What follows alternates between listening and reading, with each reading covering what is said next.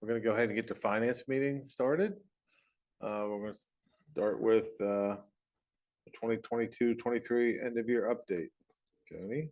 Okay, so the audit is in process. We look to be completed in December, and typically the auditors come in January to give their annual report. It looks, right now, it looks like there is an anticipated surplus of right around 1.1 million, which equates to a little less than 2%.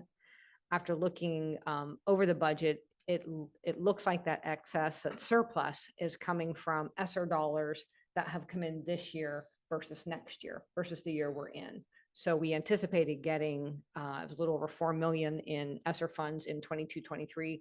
We actually ended up getting a little over 5 million. So we just got those funds ahead of the fiscal year than we anticipated in going forward. So that looks like to be what the excess funds, the surplus funds are. So our budget and our budget projection tools were fairly accurate. They were, yes, absolutely.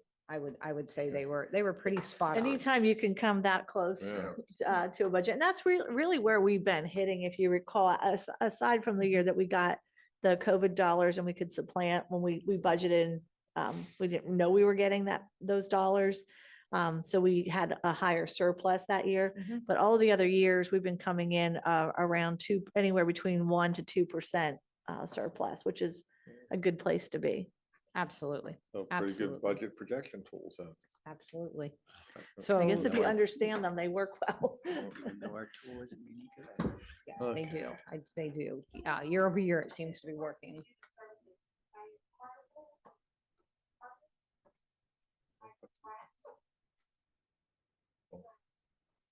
Well, that's the announcement. I was trying to figure, I thought I was hearing things through my hearing aids. No, It's out there. you can hear it from the foundation office. Okay, The speaker for the high school announcements is on in there. all right.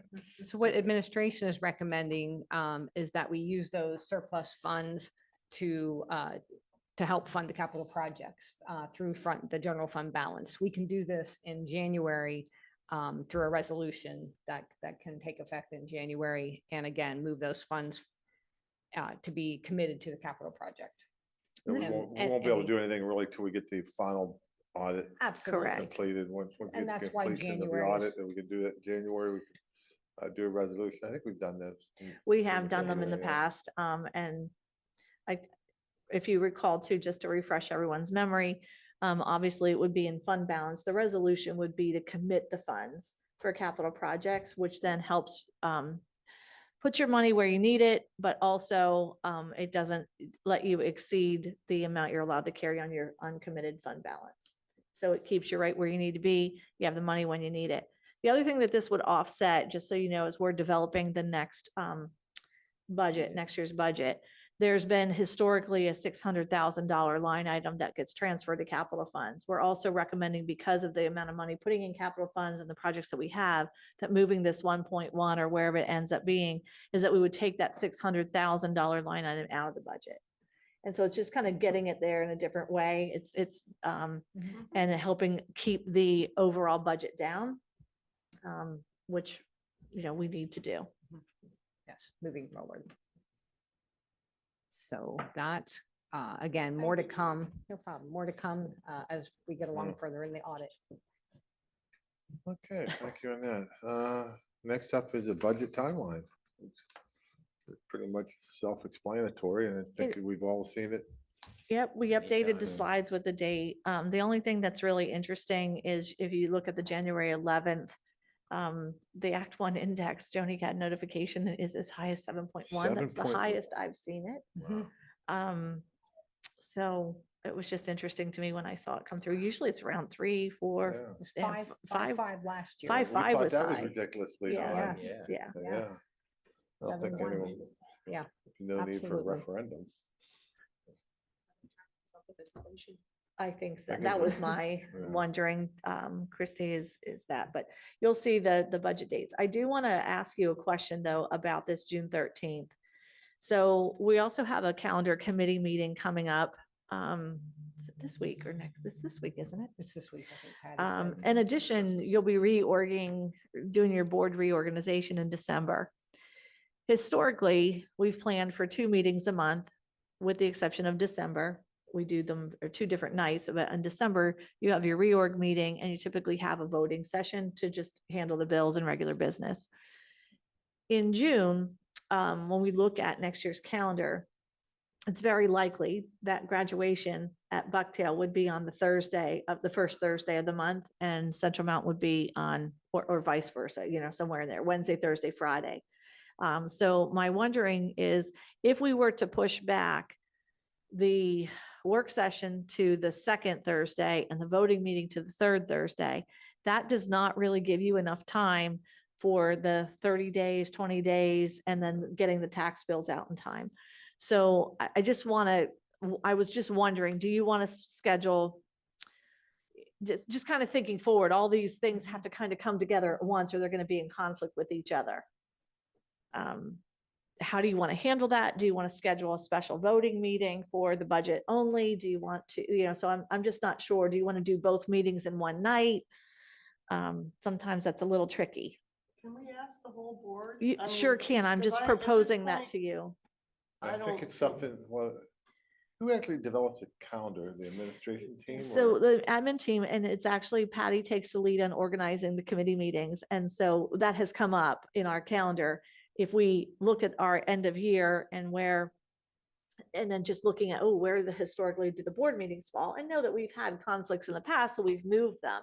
Our concern too is the date of the voting meeting and getting the tax bills out and giving them time, because if you change or do something, You need 10 days though, as well, between posting the approved budget and uploading onto PD. That's really tight if you have it on, that's tight on the 20th. What would you prefer? It'd be earlier than, no What later is than the it? 13th. What would be the problem with just having the one meeting that month Yeah, that's instead of what I- I having mean, a that's separate actually work what I was session? That's what I would say. and do That would the- be my do vote as everything on well. the Okay. 13th? you Well, could that's- actually do, I think you would still Yes. do it as 2 meetings, in my opinion. You would do Just a have work back to sessions, back. then close that and do your voting for consistency. Yes, But I guess you could do it the however way you we used- wanted. The way we did it for years. Yeah. we did. We had Yeah. one meeting. Yeah, I for don't a like year. that on a regular basis because I don't think it gives transparency to the public about the things that you're voting on, and it doesn't give board members enough time to get any potential questions asked once the information is presented. And so, but It worked out as long as the board members were Prepared. educated enough to look at make sure they got the agenda early enough to look it over Mhm. and to ask all the questions and get everything out before the meeting. And I think if you do a good job with your committees, making sure there's no surprises coming to the Mhm. board members and your Mhm. committee members are supporting what's moving forward, it shouldn't be an issue. But I just wanted to bring that to your attention on this calendar because the school calendar, your reorg in December, you just may want to consider that for that purpose. So I'll leave June 13th. That was a tentative to show you, but if you're okay with that, we'll leave that on our timeline. Your idea of doing it 2 separate, do your work session, then adjourn that, and then do your voting session. So it would be which typically June does- 6th. Is that what you're saying? Or No, it would be no, June both 13th. on the June Everything It would be same both night. on Oh, June I see. 13th, Yeah. which you would Because still of- have 10 days, which then gives you till Oh, June 13th 23rd. Would be June perfect. 13th, you get everything posted on the 14th. Yes. It doesn't interfere with graduation. Agreed. Okay, so we'll keep that in mind too. Christy, if you wouldn't mind just so I don't forget, would you just make sure Tracy and Patty both know that it's been just suggested that when we do the reorg, actually Tracy's the one that really needs to know. I'll let Patty know that it wouldn't be a conflict with the calendar and graduation. Perfect. Any questions on the timeline? Pretty standard. Straightforward and simple, and we've all seen it numerous times in the past. Liberty Curtain Facility Project Financing. This again is just something that we want you to be aware of as the the finance committee of the whole. These numbers that you see and the recommendation is not new from what you've heard. This is the same thing that we've been talking about since we've been going down the road of this path. What I do expect to do is ask the board to accept bids for the Liberty Curtain project at the November meeting. And also, we'll be looking at a resolution for the bond finance. Was it the resolution for the bond or does that come later? What did we just say? The bond resolution would also be on the board agenda.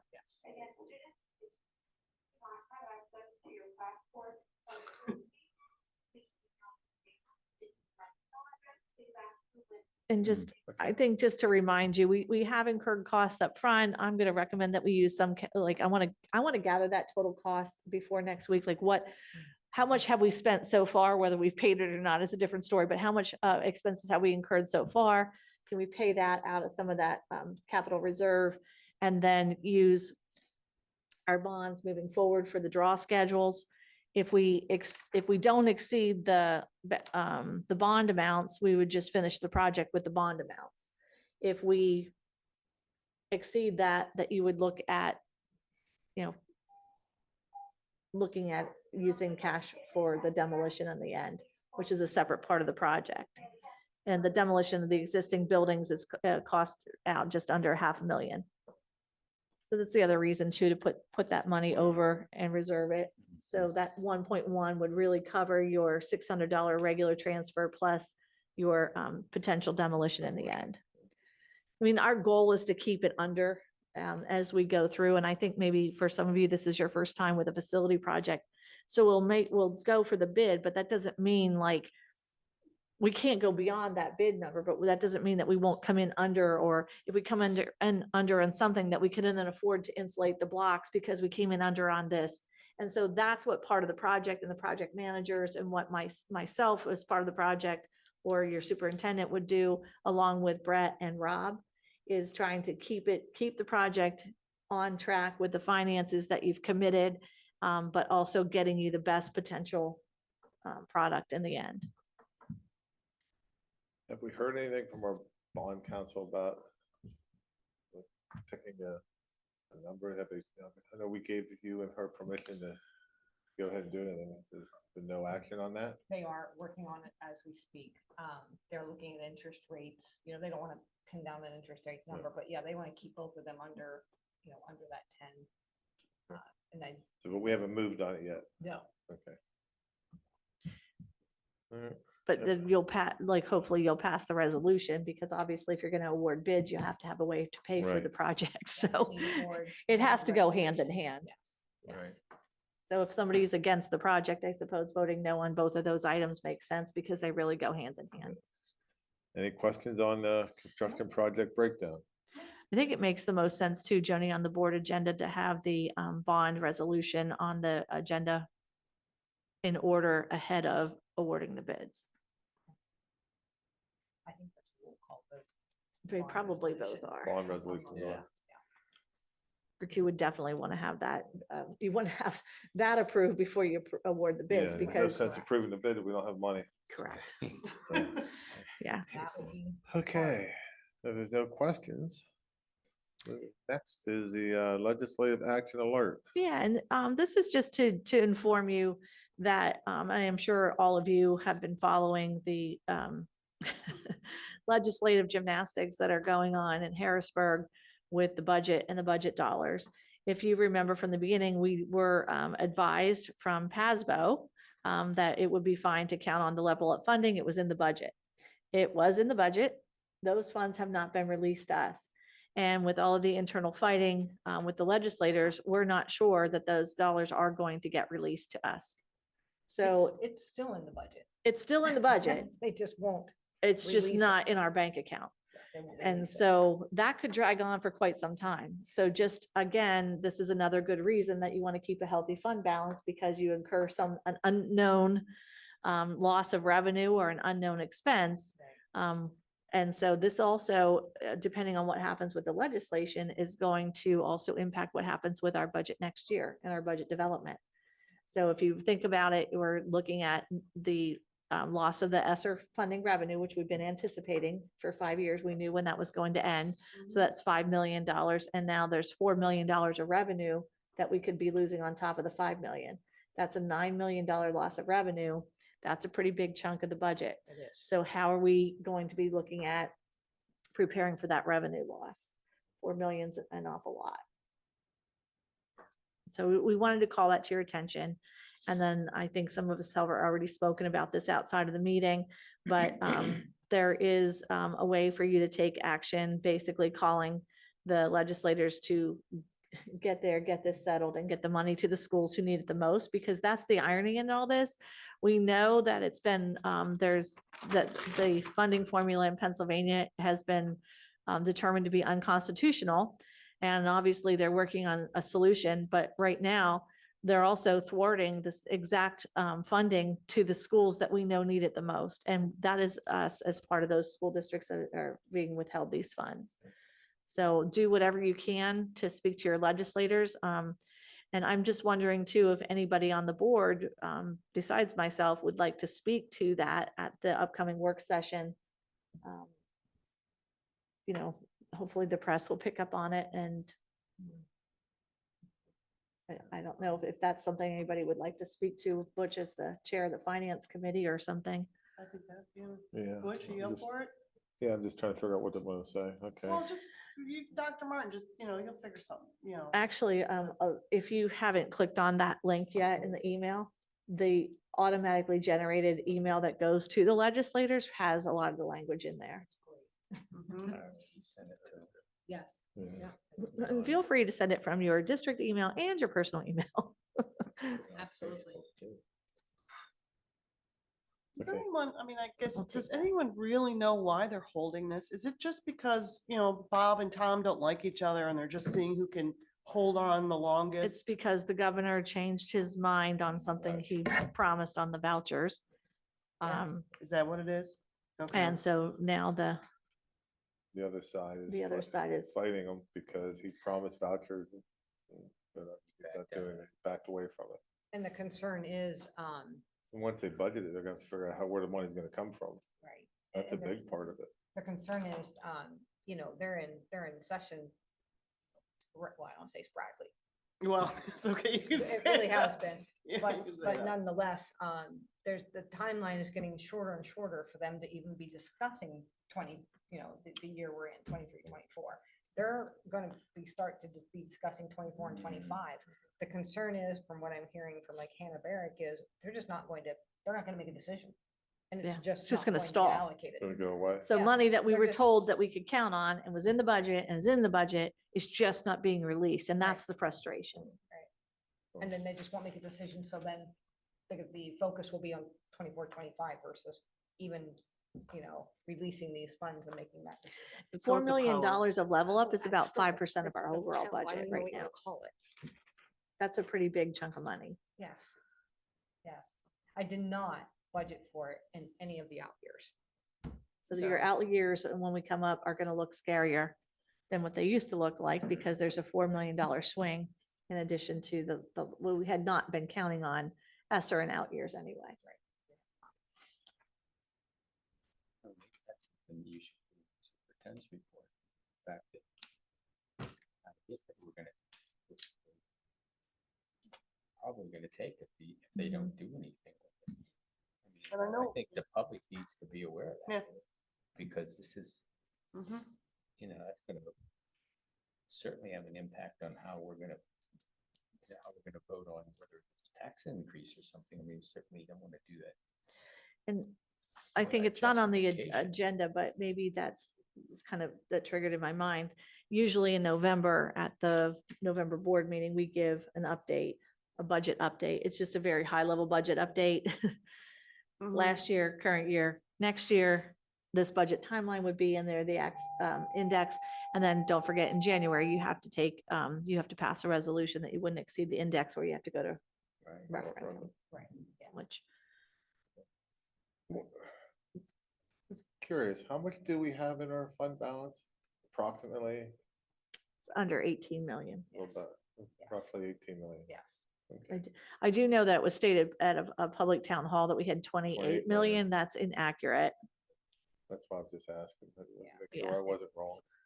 No, it I was, thought we're about 18 million.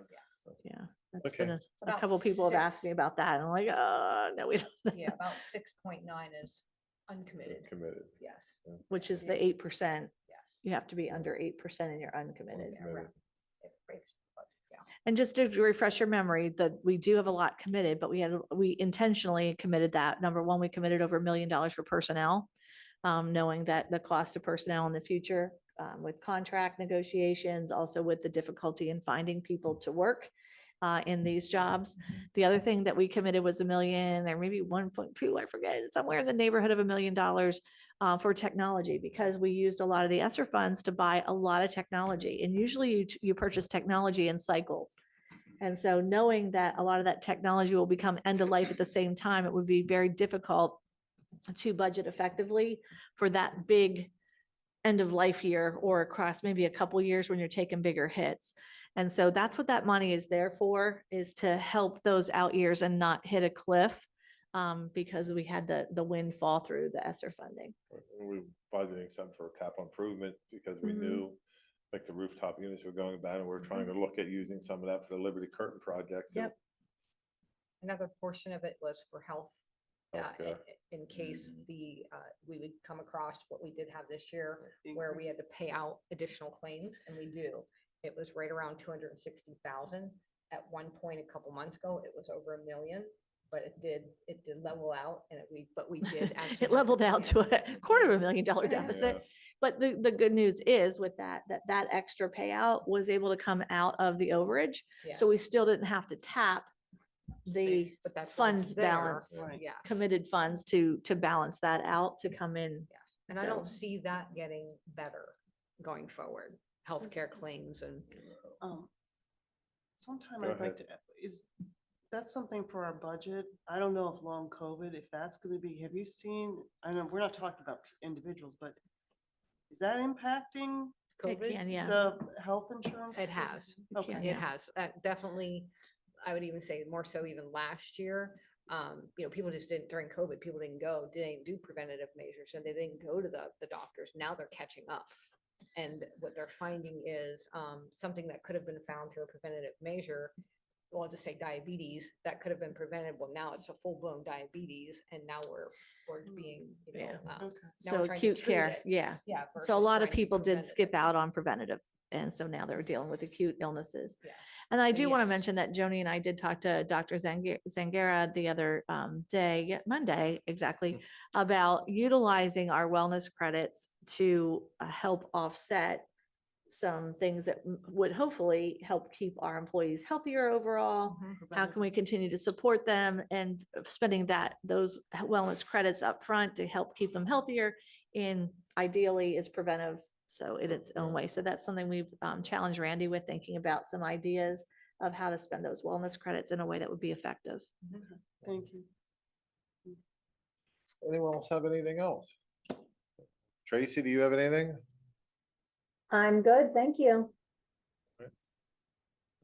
And we'll just adjourn the meeting, and thank you, everyone.